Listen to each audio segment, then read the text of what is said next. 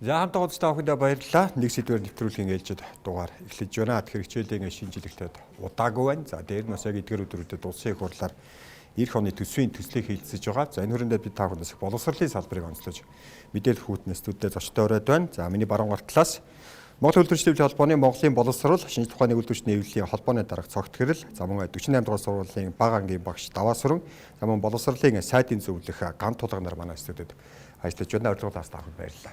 Баярлалаа. За эхний асуулт Ган Тулга зөвлөхөд 9 сарын 1 болно гэдгийг бол мэдээж мэдчихэл байсан баг. Сая ч гэхдээ нэлээд л хөл хөдлөхөдөл нээлттэй хийх шиг боллоо. Болж байгаа үйл явдлуудыг та бүхэн харж авах бэлтгэл хангалтайгүй байсан нь юу болж байна? За ер нь жил бүрийн 9 сарын 1 болохоор тэр сургуулийн хүртээмж, за ялангуяа нийслэлд 3 ээлжээр хичээлэх шаардлагатай болсон сургуулиудын асуудал, за хоёрдугаарт багш нарын дутагдлын асуудал ер нь одоо хөндөгдөж гарч ирсэн. За энэ жилийн хувьд бол яг бодиттой тоо баримтыг харах юм бол өнгөрсөн жилээс бүгдээрээ буурц үзүүлэлттэй буюу сайжирсан байгаа юм. Яг хоо энэ жил ер нь маш нийгмийн сүлжээгээр болон олон нийтэд бол нэлээд яригдлаа л да. Энэ яг хөө тэгээд янз бүрийн зорилгоор янз бүрийн одоо учир шалтгаанаар юм яригдсан баг. Гэхдээ энэний нэг давуу тал болсонгүй ядаж иргэд маань энэ боловсролын салбар руу маш анхаарлаа хандууллаа. Үүний үр дүнд одоо яг энэ төсвийг улсын хурлаар хилцэж байна.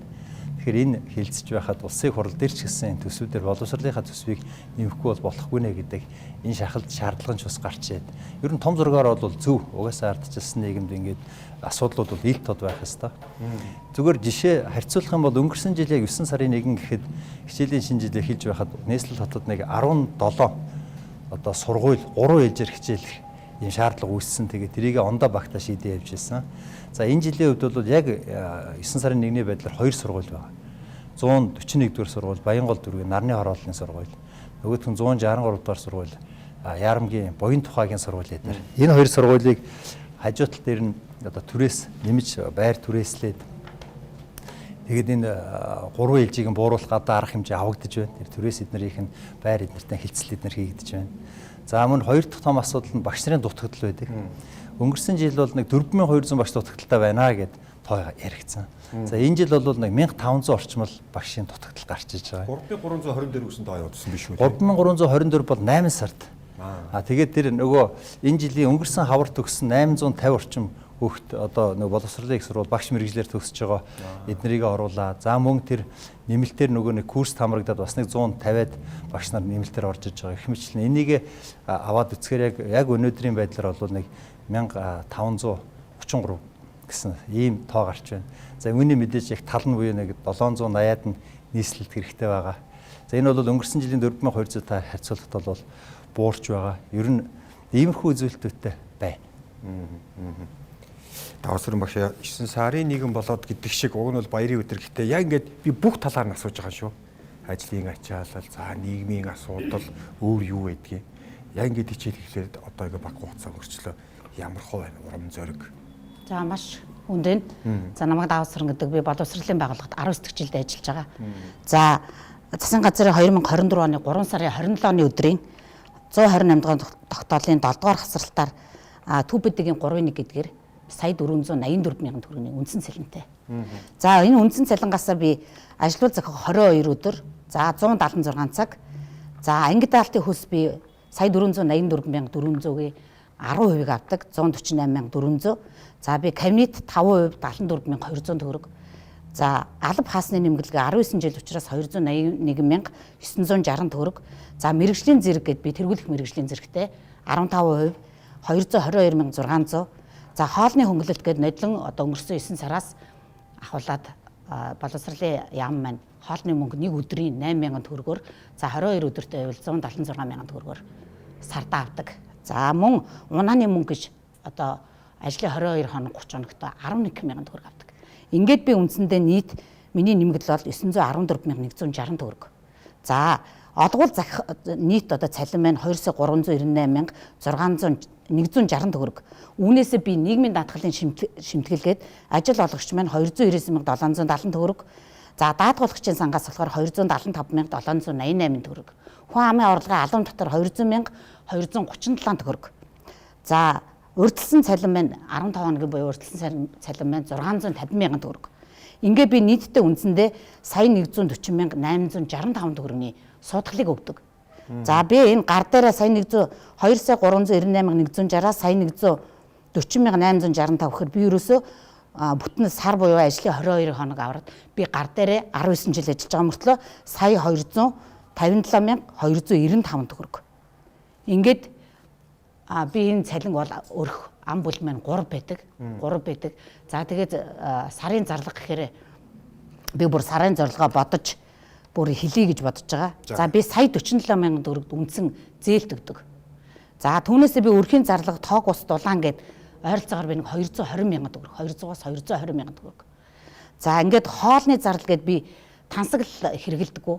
За зөвхөн гурил будаага авахд л би сартаа нэг 264 мянган төгрөгд төө одоо тэгээ багтаадаг. За ингээд л би халаасны мөнгө би нэг хүүхдтэй оюут хүүхдтэй нэг 200 мянган төгрөг өгөхөд чөө одоо хүүхд мэн өвдөхөд эм тарианы мөнгө ямар байгаа лээ 170 мянган төгрөгөнд багтааж байгаа. За ингээд үндсэндээ миний сарын өрх бол 700-аас 800 мянган төгрөгийн би өрөнд ороод дараа сарынхаа 15 хоногийн одоо 650 мянган төгрөг хүлээх ийм байдалтай байна. Энэ хүндрэлүүдийг бол мэдээд сайд та бүхэн үлээж аваад уулздаг баг. Зүгээр сайдны ярьсан дээр хэлсэн бас яг энэ багш нарын цалингийн асуудлыг шийдгээд ихний ээлжидэг 500 орчим тэрбум төгрөг гэдэг асуудал ярьж ирсэн би хамтраагүй л энэ одоо энэ яг төсөө хилцэж явах үед нь ямар шатантай явж та бүхэндээ саналаа оруулсан баг. Тэгэхээр ер нь бол багш нарын цалингийг нэмэх ёстой гэдэг дээр боловсролын сайд бол энийг бол дэмжихгүй яг энэний төлөө ажиллаж байгаа. Угаасаа салбарын сайд бол мэдээ салбарынхаа багш нарынхаа цалин хүсийг нэмэгдүүлнэ гэж ажилтгүй яах вэ? Харин энэ төсөвчин одоо нөгөө өөрийн одоо тодорхой процессор явдаг тийм ээ. Эхлээд улсын их хурлаас энэ төсвийг хязгаар гэдэг ингээ батлаад өгчдөг. Энэ дотроо та нар багтаа гэх. Тэр нь бол хамгийн том хязгаар нь гэх юм бол дотоодын нийт бүтээгдэхүүнийхээ 24% багтааж бүх урсгал зардлаа төсөвлөө гэж тавьчих. Тэгээд за нэг ерөн баримжаагаар нэг 100 гаруй их найдын дотоодын нийт бүтээгдэхүүнтэй байна гэж үсгэд ерөөсөө тэр Монгол улсын хэмжээнд бүх урсгал зардал 24 их найд бүх яам эдгээр ороод нөгөөдгийг хуваага ботхоор боловсролын салбарын цалин бол урсгал зардалд ордог. Тэгэхээр ингээд дээрээс нь таас тавьчихдаг. Тэгэд энэ хэмжээнд одоо нэг энэ улсын их хурлаар тавьсан байгаа төсвийнхээ хязгаарт багтаагаад одоо байгаа дээр бол нэг 100 тэрбум төгрөгөөр одоо талаас нь гаргаад нэг нэмэх бололцоотой байна гэж. Мэдээж засгийн газраас төсвийн хуулийг өргөн барихтаа улсын хурлын тогтоолоос зөрчсөн илүү гаргасан юм арьж болохгүй ойлгомжтой. Харин улсын хурал дээр бол одоо тэр эрх нь байгаа тийм. Өнөөдөр ингээд яг өнөөдөр ата багш нарын жагсаал болж байна. За манай үйлдвэрчний хэвлэлийн төлөөлөлмөнд тийш жагсаалаас шууд ирж байна. Тэгэхээр энэ бол багш нарын таних бол яг үнэн энэ багш нарын цалингийн бас ингээд жоохон задлаад үсэх юм бол бас их сонирхолтой одоо үр дүн гарч байгаа юм. Бид нар нэг ажлын хэсэг байгуулад яг энэ нэг сарын цалин дээр нэлээд задлж харсан. Ер нь харахад бол ер нь одоо дүгнэлтээр үсэх юм бол нэгдүгээрт нийслэлийн багш нар одоо бүр залуу багш нар бол бүр бага одоо 19 жил ажиллаад. 19 жил ажиллаад одоо тэр олгол зохих цалин 2 сая 300 хэдээс 60-аас бодогдож байгаа гэсэн үү тий. Гэтэл залуу багшд бол тийм ажилласан жил байхгүй, ямар ч нэмэгдэл байхгүй. Тэгэхээр сая 484-өөс л бодогдно гэсэн үг шүү дээ. Тэгтэл харин одоо бусад багш нар бол бас ингээд цалингийн бас ялгаа бас жоохон өөр байгаад байгаа юм. Тухайлбал төрийн албаа агчдад чи орон нутгийн нэмэгдэл гэж өгдөг тий. Аймгийн төв дээр 25%, сумын төвд 40% нэмэгдэлтэй. Тэгэхээр залуу багш сумын төвд очих юм бол шууд 2 сая 76 мянган төгрөгийн цалингаас шууд тэгээд эхлэе явчих. Энэ нийслэлд ингэж удаан ажилласан багш нартаа чинь бараг дүүцгүүс тань шууд анхны одоо цалин шууд эхлэх тайны. Тэгэхээр ингэж үсэх юм бол ер нь багш нарын цалин нэмэх хэрэгтэй.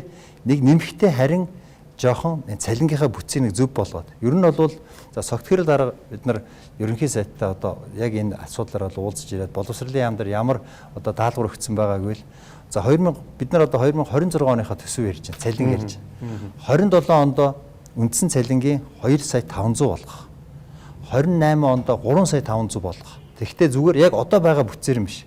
Тэгэх юм бол одоо ялангуяа тэр олон нэмэгдлүүд авдаг ялангуяа хөдөө орон нутагт байгаа багш нарын чинь бас харьцангуй өндөр цалинтай багш нарч байгаа юм. Яг бодиттой олгосон цалин дээр үзвэл тухайлбал 2025 оны 3 сард 4 саяас дээш одоо олгуул зохих цалинтай багш 1853 байгаа. Энэ хүмүүс бол хотод биш байхгүй. Тэгэхээр одоо нэг үндсэндээ бол нэг 4 саяын цалинтай хүнийг заавал одоо хэд 10-20%-аар нэмснээс жоохон нэмий тий. Одоо 4 сая 100 болгоё. Харин тэр яг тэр цалин бага авагдаад байгаа. Ялангуяа нийслэлд байгаа. Нийслэлийн төвийн 6 төгрөгт байгаа багш нарын цалингийн арай илүү нэмээ гэдэг байдлаар цалингийнхаа бүтцийг хамтд нь ингэж тооцоолоод ийм одоо тооцоол хийж оруулаад ирээ гэсэн ийм үр даалгавар өгсөн дээр ажиллаж байгаа.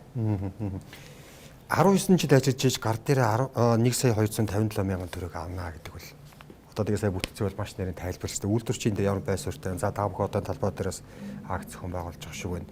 Ямар үр дүнгийн төлөө гэхдээ яаж хүрэх гэж байна. Одоо уг нь төсөв хилцээлээ. Тэгэхээр ер нь одоо Монголын боловсрол шинжилгээ үйлдвэрчлийн албан маань сургуулийн өмнөх боловсрол, за ерөнхий боловсрол, мэрэгжлийн боловсрол, ихтэй сургууль, шинжилгээ ухаан гэдэг 5 одоо энэ боловсролын салбарт ажиллаж байгаа хүмүүсийн үйл ажиллагаараа бол хөдөлмөрийн харилцаатай холбоотой асуудлаар хөдөлмөрлөх эрхийг хамгаалж байгаа юм байгууллага байгаа. За тэгэхээр ер нь төсөв хилцэг бүрдээ бол бид бүхэн хоёр талд хамтын хилцээр байгуулад хилцээрхээ хүрээнд энэ асуудлаа ярьж эхэлдэг. За энэ төсвийн мэдээлэл энэ хүрээнд бол төсвийнхөө цалин өсөө нэмэгдүүлээ гэдэг асуудал бол хилцээр туссан учраас тэр хүрээндээ бол ярьсан. Энэ бол одоо бид бүхний одоо боловсролын салбарынхны шаардаад байгаа энэ хэмжээнд бол хаанаш хүрэхгүй байгаа. За одоо өнөөдрийн чагсаалт цуглаан бол 50 чагсаалт цуглаан болж байна. Дээр нь 3 сая 500 мянгад хүргье гэдэг энэ асуудлыг яагаад огцом ийм тоо энэ дүнд хүрэх юм уу гэдэг асуудал бол мэдээж хүрнэ. Яагаад хүргье гэж үзэж байгаа бэхээр сая тэр тоо статистик дээр зөрүү гарч илаа л да 2024-25 оны хичээлийн жил 4200 2025-26 оны сая хичээлийн жил эхлэхэд 3800 багшин дутагдaltaа гэж ихний байдлаар болоод гарсан байгаа. Тэгэхээр эдгээр хүмүүсийн цаана эдгээр яг энэ 3800 багш бол ажлын ачаалттай хөдөлмөрийн мүлжлэгтэй хаанач хөрөлцөхгүй дээр нь эрүүл мэндийн хувьд хохироод ийм байгаа. А дээр нь зөвхөн багш нар гэхээс илүүтэй цаанаа тэр сурч боловсрч байгаа хүүхдүүдийн хойч ирээдүйд сурах орчин ирээдүйн бол бүрдгүй асуудал дээр бид нар адилхан дуу хоолой хүргэж байгаа. Тэгэхээр Монголын боловсрол одоо цаашдаа Монгол улс орн маань оршин тогтнох үгүй юу гэдгийг шийддэг ийм зүйл. Тэгэхээр улс орны хөгжлийг боловсрол соёл хоёроор мөхөөчүүлдэг улс орн мөхчдөг. Тийм болохоор Монгол орны хойч ирээдүй Монгол орныхоо оршин тогтнолын төлөө улсын хурлын гишүүд маань бид бүхэн засгийн газар дээр одоо энэ шаардлага санаачлагыг хилээд ерөнхий сайдтай уулзсан боловч тодорхой шийдэлд хүрээгүй учраас энэ чагсаалт цуглаа явж байгаа. Хэвлэлийн хурлаар зөндөө хийлсэн. Одоогийн байдлаар бол энэ хүмүүс маань хэрвээ одоо энэ чагсаалт цуглааны дараа энэ дөрвтэй дүн гарч 26 оны улсын төсөвтийн бидний шаардаад байгаа энэ дүн тусахгүй бол ажлаасаа гарна гэсэн багш нар маш их одоо өнөөдөр ингэж ирж байна. Өнөөдрийн байдлаар ихтэл одоо за энэ чагсаалт цуглаан үр дүнд хүрэхгүй бол бид нар ажлаа хаялт руугаа шилжнэ, ажлаасаа гарна гэдгийг бол аль биесээр мэдэгдээд байгаа. Тэгэхээр ер нь нийслэлд бол маш их ачаалттай байгаа гэдгийг хүн болгоод мэдж байгаа. Гэтэл орон нутагт ч гэсэн тухайн орон нутагт одоо боловсрол соёл одоо дэлгэрхгүй бол тэр улсаар тэр сум аймагч бас дооролтод орно шүү дээ. Тийм учраас нийтээр ер нь боловсролын салбарыг нийгэм тэр чигээр бол хүлээж сонсож байна. Яагаад ингэж юм нөхөр бүх сэтгүүлчид бүх телевизүүд дээр боловсролын салбарынхнаа гэж за манай гишүүдээс урьж мэдээлэл маш ихээр авч байна. Энэ ойлголт бол нийгэм бол тэр чигтээ хүлээж авч байна гэдэг юм байна. Одоо бид бүхний сонгосон гишүүд зөв шийдэл гаргах асуудал. Тэгэхээр улсын төсөв алдагдaltaй батлаад магадгүй сая сайдын зөвлөл хэлээ тий 26 онд 2 сая 500 27 28 оны хичээлийн жил 3 сая 500 одоо та бүгдээ шаардаад байгаад хүргэж болно. Тэгвэл болох боломжууд байгаа юм байна шүү дээ.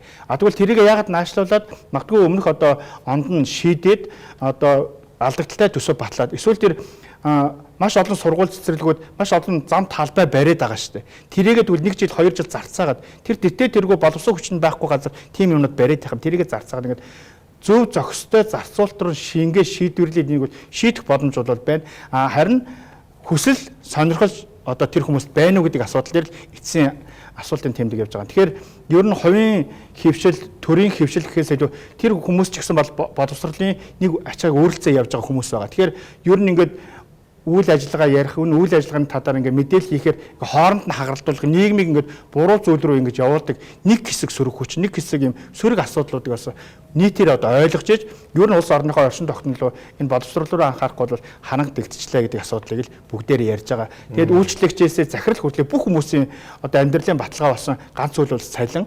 Энэ цалингаас өөр илүү тод орлого байдгүй. Ягаад гэвэл өглөөнөөс орой хүртэл засварлтгүй сургуулийн өмнөх боловсрол 10 цаг ажиллаж байгаа. Гэтэл ерөнхий боловсролч гэсэн хичээлийн дараа очиод ингээд дараагийнхаа хичээл бэлддэг. Шүн орой болцсон байсан ч гэсэн эцэг эхчүүд нь устсаа манай хүүхд тэгсэн байна, ингэсэн байна. Ингээ шүнжэнгөө сэтгэл санаан зовд. Мөнхийн юм ачаалалтай. Тэгээд дээр нь одоо манай боловсролын салбарч хүний хүчээр явдаг байгууллага байхгүй юу? А техник тоногдох хөрөмж одоо ингээд янз бүрийн лайв одоо ийм нотор явахгүй. Уул уурхай шиг том машин механизмаар явахгүй. Цэвэр хүн Монгол хүн өсгөж Монгол хүн оршин тогтч Монгол хүн байдлахын төлөө явдаг юм салбар учраас энд нь бол нэн төрөнд анхаарах шаардлага нь тулжээ л гэж ингэж үзэж байгаа. Цалиг яга нэмхийг хүсэхгүй байгаа юм байх зөвлөх. Одоо 26 28 оноо жоохон найшлуучих боломж байгаа юм биш үү гэдээ энд бол хараад байна л да гарцыг. Одоо энэ боловсролын салбарын цалингийн одоо нийт одоо фонд төсөв биш 2.6 орчим их найд байгаа. Тэгэхээр хэрвээ яг одоо байгаа энэ байдлаар нь цалингийн бүтцийг огт хөндөхгүйгээр шууд 3 сая 500 гэдэг нь сая 484 за сая 500 байгаа ихтэй 2.5 дахин орчим нэмэх гэж байна шүү дээ. Тэгэхээр одоо 2.6 их найдыг чинь 2.5-аар өчрөөд хэд болох вэ тий. Тэгэхээр тэр одоо нөгөө боловсролын салбарын нийт яригадаад байгаа одоо бүх салбарт хөрөнгө оруулалт энэ урсгал зардал бүгднгийн оруулаад яриад байгаа 4.8 8-аас чинь илүү хэмжээний мөнгө хэрэгтэй болчихж байгаа байхгүй. 2 дахин нэмээ гэхтэл энэ дахиад 2.6 их найд гэсэн. Тэгэхээр яг ийм бололцоо бол яг өнөөдрийн манай эдийн засагт бол байгаа гэсэн би хэлж мэдэхгүй байна. Одоо нийт одоо усын төсөв маань өөрөө 30 их найд орчмын төсвийн зардалтаагаар явж байгаа. 30 ахын гарантай. За дотоодын нийт төлөвлөгөө маань төсөөлжсэнээс нөгөө нүүрсний үн эдийн засгийн нөхцөл байдал гээд төсөөлжсэнээс их муудсан байдалтай байгаа. Гэхдээ энийг яг энэ жил гэдэг бол гэхдээ шийдвэр гарах зогтгорол дарахтаа би нэг юм дээр санал нэг байгаа нь энэ бол яг энэ үнэхээр боловсрол руугаа мөнгө хаяагаад бусад салбаруудаас татаж чадах юм бол тэгээд тэр бусад одоо тэр салбарт чинь бас хүмүүс ажиллаж байгаа. Тэр хүмүүс зөвшөөрөх юм уу тий. Тэгээд чадах юм бол тэр эрх бол улсын их хурлд байгаа. Харин боловсролын яам болвол бүгд засгийн газар бол улсын их хурлаас батлаад өгсөн хязгаарт ажиллах юм гүйцэтгэх байгууллага шүү дээ. Тэгэхээр тэрнээс ийм илүү гаргаж одоо цалин нэмнэ гэсэн санал өгч хуулиараа тийм эрх зүйн чадамжгүй байгууллага шүү дээ. Саналуудаа болол гаргаа. Харин тэгээд одоо засгийн газрын төвшин төрөний хэлснээр 3 сая 500 тий 27 онд 2 сая 500, 28 онд 3.5 сая болохоор тэгтээ нөгөө төрөний яригадаад байгаа энэ дотор нь бас яг нарийн ярих юм бол асуудал их байгаамаа. Гүйцэтгэлийн үнэлгээ эднэр гээд тий тодорхой багш нарыг мэдээ зөв арга хэмжээ боловч яг хэрэгжүүлэх болохоор хэрэгжилтэн дээр маш хэцүү явагддаг. Ерөн баг шулуухан хэлэхэд боломжгүй шахам. Багш нарт маш их стресс нэмдэг. Тэгээд тэрийн шудраг бусам их явдаг. Ийм систем. Эднэрийг нь цэгцлээд тэгээд үндсэн цалингийн нэмэх. Яагаад бид нар үндсэн цалин нэмэхдээ цалингийн бүтцийг заавал яриад байна гэхээр одоо яг өнөөдрийн байдлаар одоо төсвөөс зарцуулж байгаа мөнгөний 51%-ийг нь үндсэн цалинд 49%-ийг нь нэмэгдэлд өгч байгаа. Өөрөөр хэлбэл бараг л ийм 50-50 харьцаатай болсон. Ер нь бол үндсэн цалинд 70%, нэмэгдэл нь 30% байж ээж одоо энэ бол зөв харьцаар орж байгаа. Тэгэхгүй болохоор ингээд нөгөө нэмэгдэл авдгүй хүмүүсийн цалин маш бага болчоод бүгднгийн ингээд янз бүрийн нэмэгдлүүдийг ингэж авсаар аваад харьцангуй өндөр болчдөг. Энэ дунджаар аваад өсгөр чи одоо бидний яриад байгаа энэ цалин чинь бас одоо улсын дундч 2.6 сая гэлэг олгуул зөх цалин чинь тэрнээсээ жоох өндөр гарцсан байгаа шүү дээ. Гэхдээ тэр зөрүү ихтэй болчиход байгаа. Тэгэхээр бид нар зайлшгүй цалингаа нэмий, үндсэн цалингаа нэмий. Гэхдээ бүтцээ бас хамт яриад зөв болгоё. 70-30 харьцаар оруулъя гэдэг л ийм бодлого бариад байж байна. Үндсэндээ бол багш нарын цалингийг нэмэх тал дээр бол боловсролын яам тэгээд сангийн яамтай хамтраад одоо ажиллаж байгаа. Давсар мөшөө танаа хэд хүүхдэд? Манай 40 хүүхдэд. 40 хүүхдэд. Нэг сар 40 хүүхдэд ингэж ажиллаад эцсийнүүдээ сарын төгсгөл гэсэн 800 мянган өрөнд ороод байгаа юм байна та. Тэгж байгаа. Инхээр ер нь ажиллах урам зориг. За тэр хүүхдүүд чанартай боловсрол олгох хичээл зүтгэл ер нь тэр хүнээс гарах уу? Маш бага. Ганцхан одоо нэгэнтээ би Монгол Улсын боловсролын их сургууль банкын багшаар төгссөн. Инхрийн хөөрхөн бяцхан шавнартай. Бүхэл бүтэн 19 жил ажилласан учраас хүүхдийн ирээдүйг л бодож байна. Гэтэл би өглөө өөрөө 5 настай хүүхэдтэй. Өглөө 8 цагт хүүхдээ оруулж өгөөд тэрнээс хойш орой үндсэндээ 17 цагт миний 5 цагийн хичээл дуусдаг. Хүүхдээ тараасаар 19 цаг болдог. Ингээ өөрийнхөө хүүхдийг умбартан байж 19 жил ажилласны одоо сар болгон авдаг цалин мэл ийм л байгаа. Тэгээ дараагийнхын сараг явж байгаа. Маш их ачаалттай байна багш нар. Банкын багштай ялангуяа. Хүүхдээ үндсэн ажлын байран дээр заагдсан ажил мэргэжлээс илүү одоо ажлын хөлсөө авч чаддгүй ажлууд маш олон хийж байна. Дэвтэр засалж байна. Дараа хаяад 3-4 цаг дэвтэр засалж байна. Математик, монгол хэл, хүн ба орчин, хүн байгаль хичээлүүдийг ингээ оруулах юм бол. За мэргэжлээ шалтгааллахын өвчтөнд багш нар маань их өртөж байна. За настай ахмад багш нар маань даралт ихтэй байна. За одоо дийлэнх нь өмнө одоо эрүүл мэндийн өмнөх хичээлийн жил эрүүл мэндийн үзлэгт манай байгууллага амрагдчихсан. Ихэнх хүмүүс маань нөгөө дуу хоолойны дууны чанга одоо төвшөнд ажилдаг учраас бамбай өвчлөлтэй байна. За одоо бамбайн загралтай байна. Дээрэс нь жилд ер нь 1-2 хүн бол байнгын далд үед байжгаад хавдрын илрүүлэг хавдар их илэрч байна. Ингээд багш нар маань өнөөдөр сая 484-өөс 5 жил ажиллаж байгаа багш бол нэмэгдэл байдаггүй. Багангийн багш бол залуу ирж байгаа багш бол үнэхээр цалингаа олоод байгууллагад энэ хичнээн хайртай дуртай мэрэгжилтэй хайртай ч гэсэн яг хөрсөн дээр бол үнэхээр хүний амьдралд хүрэлцэхгүй. Тэр багш маань өөрснийхөө дүүнрийг асарна. Ахаа дээр нь орон байр өөрийн гэсэн орон байр авахгүй дандаа яах нь вэ? Зээлийн түрээсээ орон сууцнд амьдарч байна.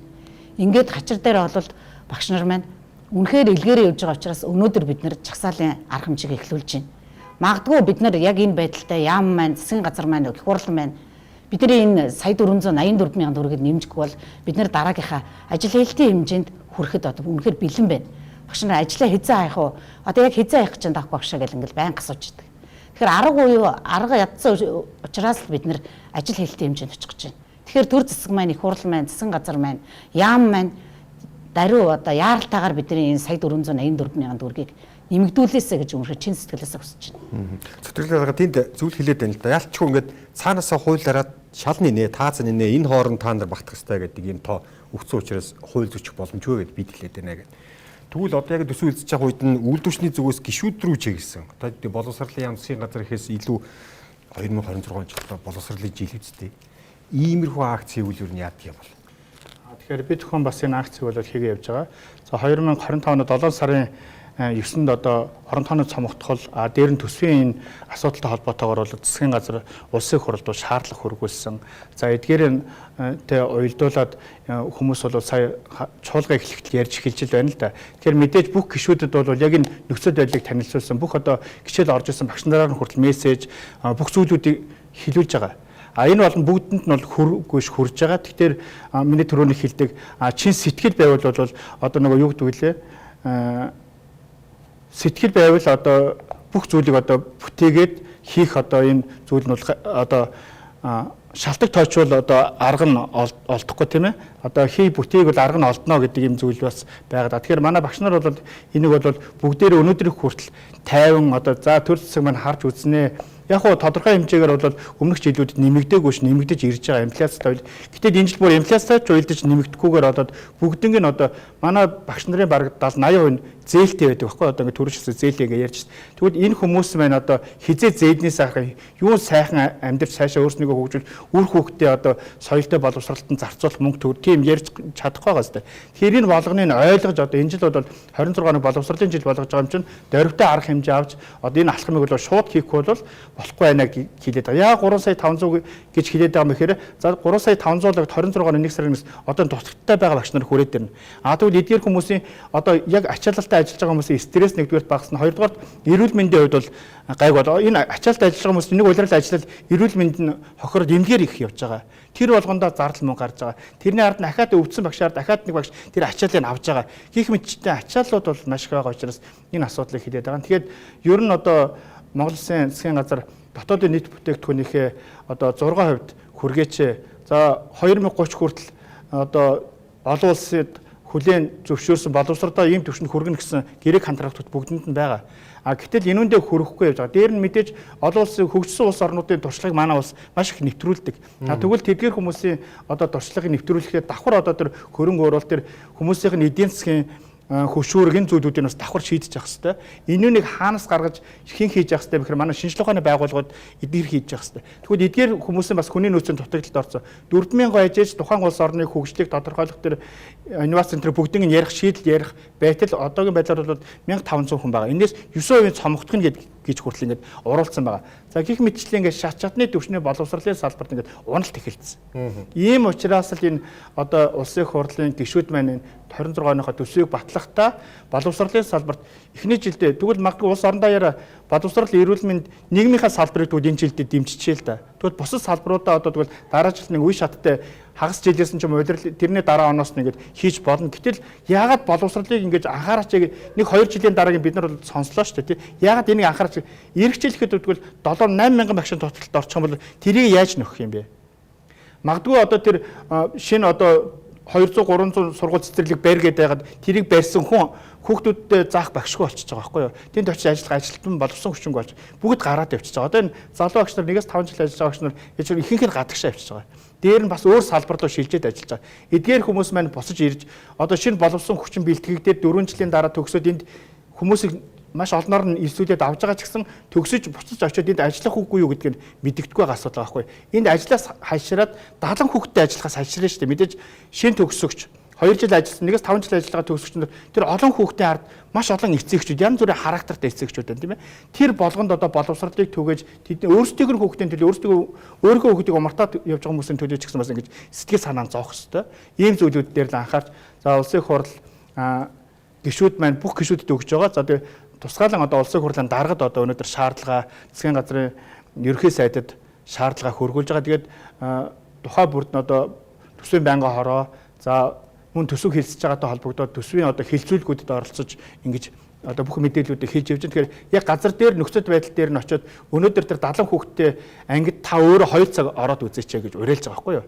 Та магадгүй эсвэл өөрийнхөө төгссөн одоо ерөнхий сайд маань өөрийнхөө төгссөн сургуульд очиод тэдгээр хүмүүсийн амьдрал ахыг ингээд таныг сурж байхад ямараас одоо орчин үеийн хүүхдүүд нийгэм ямар өөр болсон юм бэ гэх яг тэр үеийнхээрээ явахгүйгээр ингэж хараач гэж ийм асуудлуудыг хэлээд байгаа юм л да. Тэгэхээр ер нь шинжилэл хийхэд бол эрсдэл бол заавалшгүй гарна.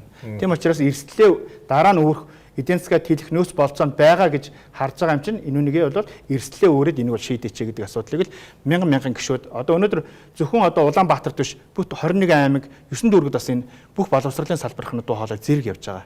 Миний асуугаад байгаа юм одоо жишээ сайд дарга нарын ширээгээр дүүрийн шаардлагууд байдаг байлгүй дээ. Тэдний нэг л 5 хүний тавьж байгаа шат. Арай нэг өөр шинэлэг гэдэг юм уу нөлөөллийн илүү хүчтэй гэдэг юм уу. Гэхдээ ажил хай гэж байгаа биш. Өөр нэг тийм хувилбар үйлдвэрчнээс хийж болдгоо. Үйлдвэрчнийг шаардлага өгдөг нөгөө нэг авсан ч юм уу гүч юм арай өрдөг ч юм уу гүч юм ийм байдал жилийн жилтэл яваал байна л да. Тэгэхээр бид бүхний одоо хуультай байгаад хуулийнхаа хүрээнд үйл ажиллагаа явуулсан. Дээр нь Монгол улсын гаргаж байгаа хууль дүрмүүдийг дагаж мөрддөг. Тэргээр олгосон эрхийнхээ хүрээнд одоо олон улсын гэрээ конвенцэд нэгдсэн энэ хүрээнд л үйл ажиллагаа явагдаж байгаа нь тэр. Магадгүй энэний дараагийн тэмцэл одоо тэр ажил хаялт руу шилжлээгээд ажил хаялт хийгээд шийдэх байх юм бол тэмцлийн хурц хэлбэр одоо тэр магадгүй өөр зүйл хийж болдгоо мөн тэр өлсгөлөн одоо ямар нэгэн тим юм руу ингээд улс орон гэдэг ингээд явах юм бол манай боловсролын салбар тим зүйлийг хийгээд эхлэх юм энэ Монгол орн ямар болох вэ тийм ээ өмнө самын янз бүр. Тэгэхээр боловсролын салбар нэгдүгээр тэргүүн, хоёрдугаар бусад салбараа тэргүүлэхийн хувьд тэргүүлж байгаагийн хувьд улс орныхоо нийгэм эдийн засаг энэ бүгдийг нь ойлгоод үдий зэрэгтэй хүрсэн. Тэгвэл эрс одоо энэ маань бүр болчлоо гэдгийг харуулж байгааг бүгдээр ойлгож байгаа. Улсын хурал 126 гишүүнтэй болсон мөртлөө бүгдээрээ энүүнийг бүгд ойлгож мэдж шít. Одоо улсын хурал дээрс гишүүд хүртэл одоо энэ боловсролынхаа цалин нэмэхэд бол бид нар өөрсдийнхөө одоо энэ хэрэгэлдэг энэ мөнгө төгрөгийг хүртэл болио л доо гэдэг наара гишүүн хүртэл хэлжсэн тийм ээ. Тэгвэл улсын хурлын гишүүдэд өгөөд байгаа тэр мөнгө төгрөгнүүдээ за магадгүй одоо тэр бид бүхэнд ойрын хугацаанд хэрэг болохгүй энэ одоо зардал тавьсан зардлуудаа танах энэ асуудлууд бол тэр хүмүүст ирэх нь байгаа учраас бид хүмүүс эдгээр хүмүүст бүх төсвийн одоо бүх одоо салбаруудын төсвийн хилцүүлгүүд дээр оролцож энэ салбар дээр чи ийм юм одоо илүү яштай гэдэг асуудлуудыг бол цааш нь хилж зөвлөж одоо магадгүй саналуудаа хүргээд байна л да. Тэгэхээр ер нь цаашлаад энэ Монгол орн маань соёлтой боловсролтой Монгол орн маань байх юм уугүй юу гэдгийг л бүгдээр харцгаая л гэж хэлж байгаа. Хандлага зөвлөхөө жоохон арга ятсан л асуулт шүү. Танай намын дарга бол одоо 3 том нам нийлээл ингээл ярьдаг л та. Тэгээ одоо яг энэ төсөөлж байгаа үед гишүүд рүү чиглэсэн зүгээр намын зүгээс гэдэг юм уу ядаж боловсролын салбар ингээд ийм лобби маягийн хийх боломж нь хэр байдгийг жишээ нь арц намын зүгээс хийж байгаа л тэгэл бүх нийт улс орон дээр цахилгааны үн нэмсэн шүү дээ. Энэ үр дүн бол болдго юм байна гэдэг ерөнхийдөө харуулсан. Тэр шиг ойролцоо зүйл ядаж багш нарыгаа бүгдээрээ ингээд хэд юм уу хийх боломж хэр байдаг. Зөв. Яг тэр эрчим хүчний реформыг бол манай намын дарга дорчгаан дарга одоо манлайлж авчилж байгаа л да тий. За яг боловсрал дээр бол бид нар энэ лобби гэдэг юм уу ер нь яг лоббиг бол гишүүд өөрсдөө манлайлдаг улсын хурлын гишүүд. Тэгэхээр бид нар бас нөгөө өмнөөс нь тий ороод ингээд явах тийм бас боломж бол багт. Ер нь улсын хурлын гишүүд улсын хурлчгаас Монголын төрийн эрх барих, хууль тогтоох дээд байгууллага гэдэг утгаараа бүх одоо боломжууд нь эрх мэдэл нь байгаа. Бид нар зүгээр ядаж боловсрал хүний хөгжил нийгмийн бодлогын байнгын хороо тэнд одоо манай боловсролын салбар хамарч байгаа гишүүд 39 билүү олон гишүүнтэй хамгийн том байнгын хороо байлаа. За мөн дараагаар нь манай хүн намаас нэр дэвшээд сонгогдсон найдлаа гишүү ажиллаж байгаа. Бид нар энэ чиглэлээр бол гишүүд мэдээллийг нь маш сайн өөрсдийн хэмжээнд маш сайн өгч байгаа. Одоо яг төсөв хилцээд ирэхээр ганцхан юм байнга ороод гишүүч биш, бусад гишүүч гэсэн ярих байхаа гэж бодож. Ер нь бид нар ингээд нэг боловсролын салбар багш нарын цалин гэхлээр ингээд нэг тэнд багш нар ингээд хэцүү байгаад байна. Цалингийн нэмэхгүй бол болохгүй нэ. Ер нь нэг юм халамжийн шин чанартай үнцгээс яриад байгаа. Уг нь энэ олон улсад чинь ингээд энэ Инчоны тонхоглол, Ослогийн тонхоглол байдаг.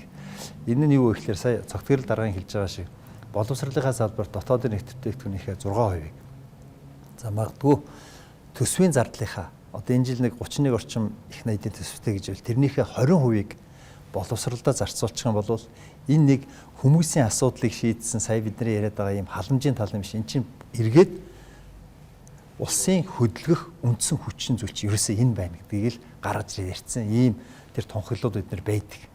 Тэгэхээр одоо жишээлбэл 31 их найдын төсөв ярьж байгаа тэрний 20 өгөх юм бол 6 их найд гарын төгрөгийг хэрвээ энэ боловсролдоо зарцуулаад эхлэх юм бол бидний ярьж байгаа бүгд болцоотой байхгүй.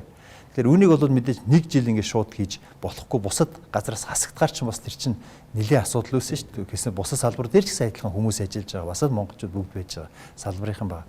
Тэгэхээр харин цаашдаа улсын их хурл бол ийм боловсролыг дэмжих жилийнхээ хүрээнд ийм бодлого гаргаад тийм ээ. Сая түрүүний яриад байгаа 27 онд 2500 болгоно гэхэлэр чинь тэр чинь цалин чинь нэлээд өндөр болно шүү дээ. Тэгээд төсвийн зардлынхаа одоо хэд байд юм. Энэ жил бол нэг 14.8 орчим хувьд хүрч байгаа төсвийн нийт зардлынхаа. Тэгэхээр тэрнийг нэг 17% болгоё.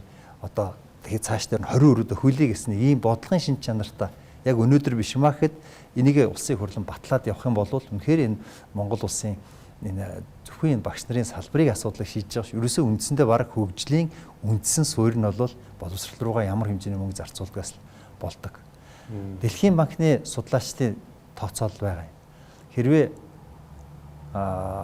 Монгол улсын одоо боловсон хүч иргэд яг бүтээмж тийм ур чадвараараа Сингапур улсын иргэдтэй адилхан байсан бол манай Сингапур улс чинь их боловсролын хөндөр байдаг гэдгээр гайхагдсан шүү дээ. Тэгэхээр тийм байсан бол манай дотоодын нийт бүтээгдэхүүн 30% их байх ажээ. Өөр юу ч өөрчлөгдөхгүй зөвхөн иргэдэн ийм ур чадвартай бүтээмжтэй байсан бол ур чадвартай бүтээмжтэй байх үндсэн чинь тэгээд боловсрол шүү дээ. Ерөөсөө тэр сургуулийн өмнөх боловсролоос авахуулаад ерөнхий боловсрол, техник мэргэжил, ихтэй сургуулийн бүх боловсрол чинь тэр ур чадварыг чинь олгоно. Тэгэхээр энэ бол ийм илүүтэй ийм хөгжлийн одоо хөдөлгүүр болсон ийм арга хэмжээ гэдгийг л манай улсын их хурлын гишүүд хэрвээ зоригтойхон авч хилцэх юм бол энэ боловсролыг дэмжих жилийн хүрээнд Монгол улс магадгүй маш том хэмжээний өөрчлөлт хийх ийм боломжтой гэж харагдаж байна. Ер нь манай улс чинь дандаа ийм бага байсан юм шиг 2000 онд харах юм бол төсвийнхээ зардлын 20.1%-ийг боловсрол зарцуулсан байна. Зарцуулж байсан байна. 2001 онд 19%. Харамсалтай нь тэндээс хойш ингээд багасаад ирсэн байгаа байхгүй. Яг заримдаа ингээд дээшээ доош явна. Ер нь хандлага ярих юм бол багасаар байгаад одоо ингээд 14-5% дээр ирсэн байгаа юм билээ.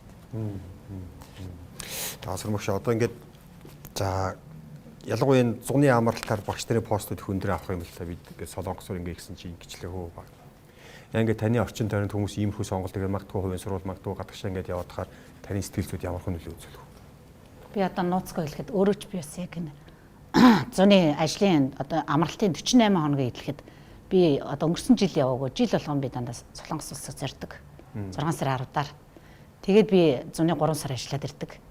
Ирэхдээ би тухайн одоо 3 сарынхаа зээлийг үндсэндээ Солонгос улсад хар ажил хийгээд зээлээ төлдөг. Энэ бол нууц биш. Монголын ер нь над шиг олон одоо зүүн багш нар яг л ийм байдалтай байгаа. Солонгос улсад хөл тавиал гიშгэ явж идэл Монгол өнөг гэдэг багшаа би нууцгүй хэлэхэд ингээ ажиллаж байна гэдэг. Тийм учраас үнэхээр бид нар өнөөдөр сая 484 маань амьдралд хүрэлцэхгүй. За даа ялангуяа сая 484-ийн залуу багш эрэгтэй багш байвал одоо бүр хасах 800 сая төгрөгийн үнэхээр хасаад ордог. Их ачаалттай анги дүргэлт ихтэй одоо манай байгууллага бол ерөөхдөө дунджаар би бас бодож үзсэн 43-аас 45 хүүхдэд дундчтай анги дүргэлтийг. За тэгээд илүү цаг тэр болгон багш авдаггүй. За нэмгэлийг бас тэр багш авдаггүй. Үндсэндээ ийм одоо хөрсөн дээр ийм хүндрэлтэй нөхцөлд арга буюу багш маань өнөөдөр чагсаж байна. Монголын мянган багш нар ирээд чагсаж байна. Дуу хоолойгоо бас хүргэж байна. Тийм учраас одоо бид нар яаралтай бидний үндсэн цалинг 3 сая 500 болох хэмжээнд одоо нэмэгдүүлж өгөөч гэж чин сэтгэлээс одоо багш нарын төлөөлж баш дуу хоолойгоо хүргэж байгаагийнхаа үдсэн дээр үнэхээр хүсэж байна. Энэ нэмэгдэл гэдэг зүйл үнэхээр нэмэр болохгүй байна уу? Нэмэр гэдэг зүйл үнэхээр нэмэр болохгүй. Суудгал маань өндөр, нийгмийн даатгалын суудгал хүн амын орлогын халуун дотор ингээд өндөр суудгал өндөр учраас үндсэндээ би сая хэлсэнтэй өөрийнхөө төв бүтэгийн 1-3 цалинждаг сая 484. Гарт олгож амар бага учраас үнэхээр энэ нэмэгдэл хүрэхгүй байна. Багш болгоо ур чадвар авдаггүй. Багангийн багш нар бол 1-ээс 5 дахь ангийг багшилж байгаа багангийн багш бол ур чадвар гэж байдаггүй. Тий. Үнэхээр одоо дунд ангид олимпиад уралдаан тэмцээнд, илтгэлийн уралдаанд байр эзэлсэн багшил авдаг. Цөөн тооны багш. Тэгэхээр өнөхөр гар дээр олгож байгаа юм маань үнэхээр амьдралд нь хүрэлцэхгүй ийм байгаа учраас Монголын одоо 100 багш нар үнэхээр өнөөдөр бид нар чагсаалт цуглаа хийгээд дуу хоолойгоо нэгтгэхээр цуглаж чад байна энэ цаг мөчид. Энэ нэмэгдэл гэдэг чинь одоо нийт багш нарын нэг 20 орчим хувьд нь нөлөөлж байна, хүртэгдэж байна. Бусад нь үлдэж байгаа 80 буюу одоо чи 5 багш тутмын 4 үлдээд байна гэдэг. Энийг нэг жоохон нийтлэг тэгш гэдэг юм уу олгочих боломж нь юм байдаг. Одоо наадах чи одоо энэ цалин нэмэхдээ нэгдүгürt мэдээж үндсэн цалин нэмнэ тий. Үндсэн цалин нэмхийнхээ хажуугаар энэ цалингийн бүтцгээд байгаа тэр нэмэгдлүүдийгээ жоохон харж үзэхгүй бол болохгүй байна. За сая одоо жишээлбэл энэ төрийн албан агчдын орон нутгийн нэмэгдэл байгаа те. За энэ бол яг нь төвлөрлийг сааруулахын бодлогын хүрээнд төрийн бүх албан агчдад орсон ажиллаж байгаа. Энэ бол манай боловсролын салбар дээр ч гэсэн эерэг үр дүнгээ өгсөн. Өөрөөр хэлбэл тэр хөдөө орон нутгад ялангуяа суманд ажиллаж байгаа багш нарын тэнд очиж ажиллах хүн маш ховор байсан. Тэгтэл одоо бодоод тэр 40% нэмэгдлээс болоод явж байна. Тэгэхээр энэ багш нарын цалин бол яг ингээд тэр өгч байгаа цалингийн бодиттой өгсөн хүмүүст олгуулзах цалингийн шинжилгээ хийгээд үзэхээр үнэхээр нийслэлдээ төвийн 6 дүүрэг. Манай энэ аслагдсан 3 дүүрэг чинь аймгийн төвтэй адилхан бас орон нутгийн нэмэгдэл 25% аваад эхэлж байгаа. Арай гайгүй бас нэг тэгэхээр энэ үнэхээр энэ төвийн 6 дүүрэг дээр Улаанбаатар хот чинь амжиргааны зардал нь ямар хэлээ те.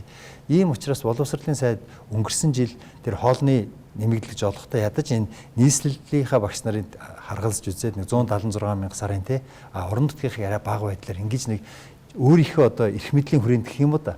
Яг үндэ бол тэр өнгөрсөн жилийн төсвөөс олон талаас нь үлдсэн. Жохон мөнгө гарангуутал өөрийнхөө мэдлэг хүрээнд багш хоолны мөнгө болоод багш нарын орлогыг л нэмэх талаар ингэж ажиллаж байгаа. За энэ нийслэлийн багш нар дээр ачааллын нэмэгдэл гэдэг нь бид нар оруулах хэрэгтэй байна гэдэг ярьж эхлэв байгаа. Юу вэ гэхээр за одоо бол тэр норм дүрмээрээ 35 хүүхэдтэй байх хэрэгтэй. За та бол одоо 40 хүүхэдтэй хичээл зааж байна. 5 хүүхдийг зүгээр одоо 35 хүүхэдтэй хичээл заасан ч яг адилхан 40 хүүхэдтэй 40 яг адилхан. Илүү хүүхдэд илүү ажил хийгээд байгаа бас. Тэгэхээр тэр илүү хүүхдэд зааж байгааг нь тэр илүү цагаар бодож цалингийн өгдөг, нэмэгдэг нэг ийм шин нэмэгдэл хэрэгтэй гэж. Тэгэх юм бол ядаж энэ нөгөө нийслэл чинь тэр ачаалал их байгаад байгаа шүү дээ. Тэгэхээр нийслэлийн багш нараар бас яг энэ ачаалал ихтэй байгаа илүү хүүхдэд сургаж байгаа. Тэрнийхээ бас ядаж салин орлого аваа явах юм. Хэмэчлэнгээр ер нь бол энэ үндсэн цалин нэмхийнхээ хажуугаар бас хамтан тэр 5 төрлийн үндсэн нэмэгдэл, 5 төрлийн нэмэгдэл хөлс байгаа. Энэ эднэрийг нэг бүгднийг зэгцэлж үзэх юм байна гэж. Ер нь багш нарын үндсэн цалин эхний ээлжинд 2 сая 500 мянга болоод тэгээд цаашдаа 3 сая 500 мянга болно гэхэд бол түрүүний хэлснээр нэлээд хэдэн нэмэгдлүүдийн үндсэн цалин шингээх хэрэгтэй байна. Тэгжээж энэ үндсэн цалингаас орлогынхаа ер нь 70% авдаг, 30% нэмэгдлэр авдаг байхгүй бол одоо ингээд 50 та би бүхэн дээр ярихгүй байгаа шүү. Нөгөө энэ сая нийслэлийн багш нар чинь нөгөө орон нутгийн нэмэгдэл болохоор шууд сумын төвтэй харьцуулахад жишээ 40% багасчаад байгаа байхгүй. Тэглээгээд сумын төвийн багш нарын цалин бууруулдаг гэсэн огт биш. Харин одоо нэмэхтэл тэдний гайгүй цалинтай байгаа. Ядаж нэг 4 саяас дээш цалинтай байгаа бас нэг 2000 орчим хүн биш үү? Тэдний цалин бол арай бага нэмээд тэр бага цалинтай үеийн өндөр нэмдэг ийм байдлаар үндсэн цалин зүрх шингээгээд тэгээд цалингийн бүтцтэй хамт ингэж хийх юм бол хийж чадах юм бол энэ багш нарын цалингийн асуудал бол нэлээд сайн шийдэгдэнэ. За хоёрдугаар багшийн дутагдал дээр ер нь маш олон талаас нь шинжилгээ хийгээд үцхээр ерөөсө цалин бага, үндсэн цалингийн бага болохоор л энэ дутагдал байгаад байгаа. Одоо багш мэргэжлэр сурч байгаа оюутнуудын төлбөр байхгүй тийм ээ. Тэгээд яг юу за нөгөө газар сургуульд заавал багшлсан шүү гэснээр хатуу гэрээ хийгээ явдаг. За тэгээд бас адилхан гэдэг статистикийг аваад үзэхээр 5 жилийн дотор 60% нь алга болчих. Гэхдээ яаж энэ сая 484 мянган гарчин хүн ялангуяа залуу багшд та хэлж шít ямар ч нэмэгдэл байдгүй гэж. 5 жил ажиллах болно шүү дээ. За яг хөө тэр нөгөө нэг удаан хугацаа чинь жил бүрээр тоосдог болсон 2 дахь жилээс эхлээд 4% нэмэгдэл аавна. Өөр ямар ч нэмэгдэл авахгүй. Тэр хүн ур чадвар байхгүй тийм ихэндээ. Тэгэхээр юу вэ гэхээр энэ ер нь бол цаашдаа энэ магадгүй тэр оюутнуудын тэр төрөөс төлж байгаа тэр төлбөрт нь гэж өгчээснээс цалингийн өндөр болгоо л да. Одоо бид нар чинь зах зээлийн хөдөлмөрийн зах зээл дээр чинь өрсөлддөг. 3,500,000 цалинтай байх юм бол тэр сургалтын төлбөрийг заавал тэгж хүмлэх шаардлагагүй. Энэ зах зээлийнхэн ийм нөхцөл байдал үүсч болно шүү дээ. Тэгэхээр одоо нөгөө цалин багтаа мөртлөө бусад арга хэмжээ дэндүү их аваад тэр нэмэгдэл хөлс эдгээр ч гэсэн адилхан.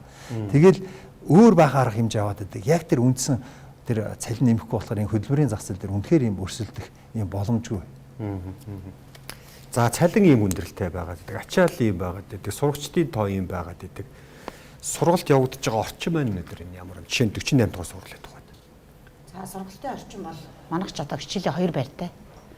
Бага ангид маань 2000 гаруй сурагчтай байна. Нийтдээ сургуулийн хэмжээгээр 116 бүлгийн 6000 гаруй хүүхэд суралцж байна. Харьцангуй хамран сургалтын оргороо манайх бол 43-аас би дөрөнд хэлсэн тий. 43-аас 45 хүүхдээ анги дүүргэлттэй байна. За багш ачаал их байна. Би бас дурдж байна. Өглөөнөөс орой хүртэл ажиллаж байна. Энэ ачаалал ихтэй. За амралтын өдөр багш хүртэл амарч чаддаггүй. Амралтын өдөр хүртэл одоо манай 6-аас дээш ингээ эцэгчүүд чинь манай хүүхд одоо гараа явсан одоо байхгүй ингээд анги өдөрсөн багшаас нь асуудаг. Багш өнөөдөр ажлын 8 цагаар ажил дээр ажиллачаад тэрнээс хойш тэмдрээ засна. Маргаашхаа хичээлдээ бэлтгэн. Түүнийг ховлож олшруулна. Үндсэндээ өөрийнхөө одоо үр хүүхдүүдээс илүү өрөөлийн хүүхд ирээдүйн одоо Монголын боловсролыг авч явах ирээдүйн сурагчдын төлөө үнэхээр бид нэр ажилласаар байна. Ажилласаар байгаа учраас ажилласан ажлаа бид нар бодитоор үнэлүүлмээр байна. Үнэхээр мүлжлэг бол хэрэгс хэтэрлээ. Үнэхээр энийг зогсоогооч. Үнэхээр багш нар хүүхдийнхээ ирээдүг би одоо 19 жил бодоод үнэхээр амьдралд хүрэлцэхгүй байна гэдэг чинь ар гэртээ ингээд цаана татлаатай тий бидний сэтгэл ханамж хэцүү байгаа учраас бид нар өнөөдөр дуу хоолойгоо нэвтэрч байна.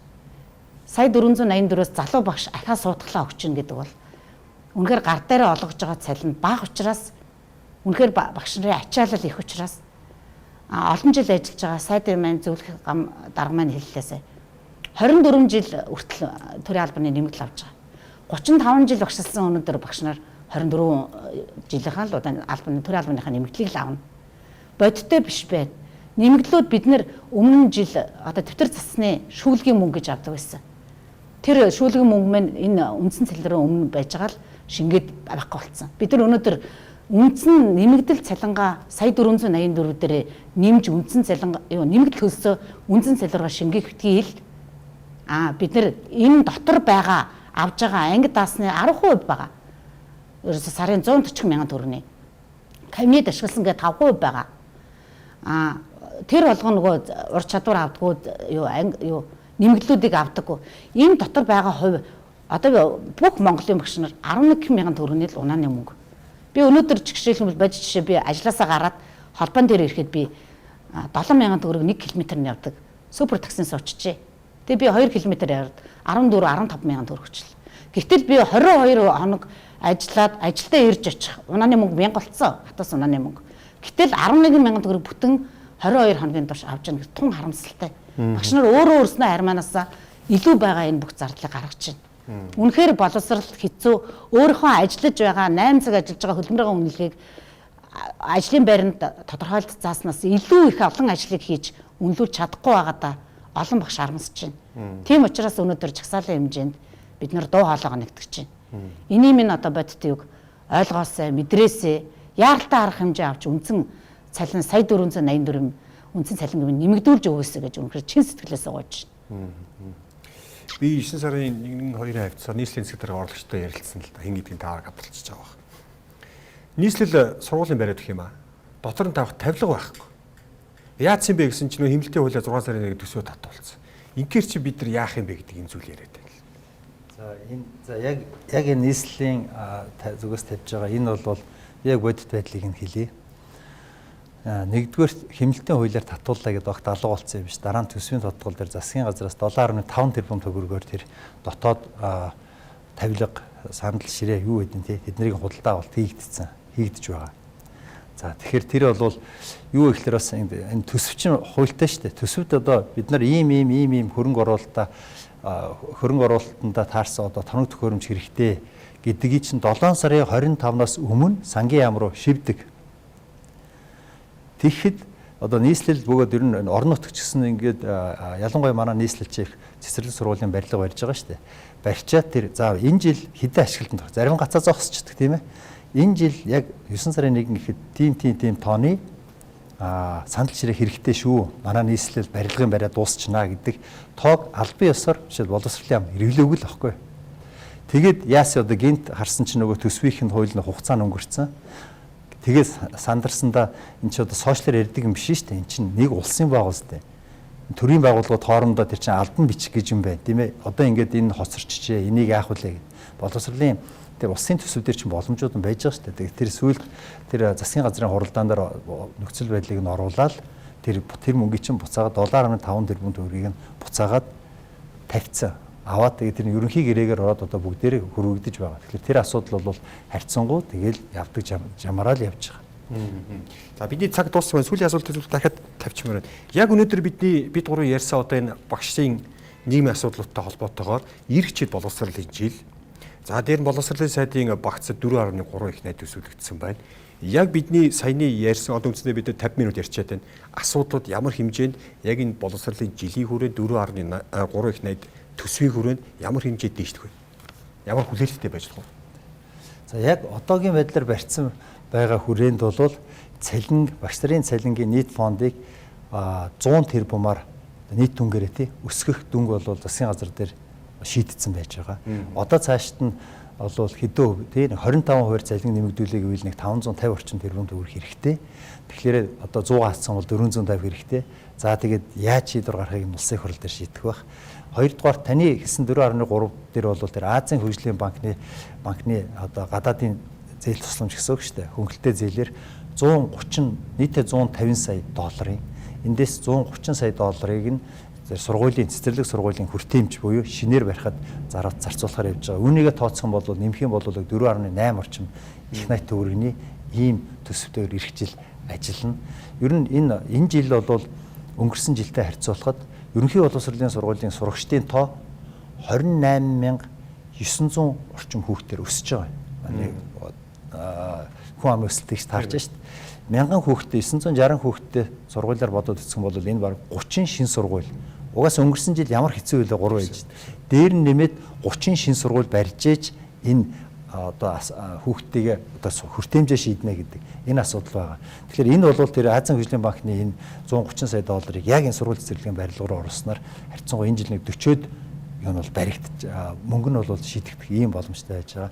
Дээр нь нэмээд хэлэхэд ер нь цаашдаа багш нарынхаа цалин бид нар бол зөвхөн төсөвтэй холбоотойгоор цалин ярьж байна тийм ээ. Тэгэхээр ер нь бидний бүгдийн юм бол цалин багш нарын асуудал бол үндсэн асуудал. Энийн хажууд чинь дахиад бас нэг дутгааргүй асуудал байж байгаа. Энэ сургалтын чанар ер нь бидний эцсийн үр дүндээ бол бид нар ирээдүйн монголчууд хүүхдүүдэд бэлдэж штэ. Тэгэхээр энэ дээр чинь тэр түрүүн ярьж байна багшийн ярьж байна ачааллалт юм. Энэ ачааллыг чинь бууруулах нэг одоо арга нь гэх юм бол энэ технологи ашиглах, дижитал шилжилтийг хийх хэрэгтэй байна. Тэр их цаасаар байдаг тэр юмуд чинь бүгднийг аль болох тий захимжуулж дижитал шилжилт хийх хэрэгтэй. Энэ бодлого хэрэгжиж байна. За дээр нь мэдээж энэ боловсролынхаа салбарын бүх одоо багш нар бөгөөд хүмүүс энэ ёс зүй асуудал байж байна. Энэ хүүхдэд ирээдүйн хүүхдийг бэлдэж байгаа болохоор тэгэхээр энэ бүх асуудлуудыг бол ингээд цогцоор нь ингээд талд нь ингээд хэрэгжүүлээд явахаар төлөвлөж байгаа. За баярлалаа үзэгчдээ нэг сэдвээр нэвтрүүлгийн өнөөдрийн дугаарыг үгээр өндөрлүүлж байна. За хичээлийн шинжилгээ удаагүй. За дээр нь бас улсын хурлаар яг 2026 оны төсвийн төслийг хилэлцэж байгаа. Энэ үрээнд бас боловсролын салбарыг бас бид та бүхэнд студидтэй зочдыг урьж мэдээллийг хүргэлээ. Зочдод дахиад танилцуулъя. За миний баруугаар талаас Монголын үйлдвэрчний нэвтрүүлгийн холбооны Монголын боловсрол шинжилгээ ухааны үйлдвэрчний нэвтрүүлгийн холбооны дарга цогт гэрэл 48 дахь сургуулийн бага ангийн багш Таваас өрн за мөн боловсролын сайдын зөвлөх гант тулгамнаар студид ажиллаж та бүхэнд бас салбартай холбоотой мэдээллийг хүргэлээ. Урилга тас та бүхэнд баярлалаа. За баярлалаа.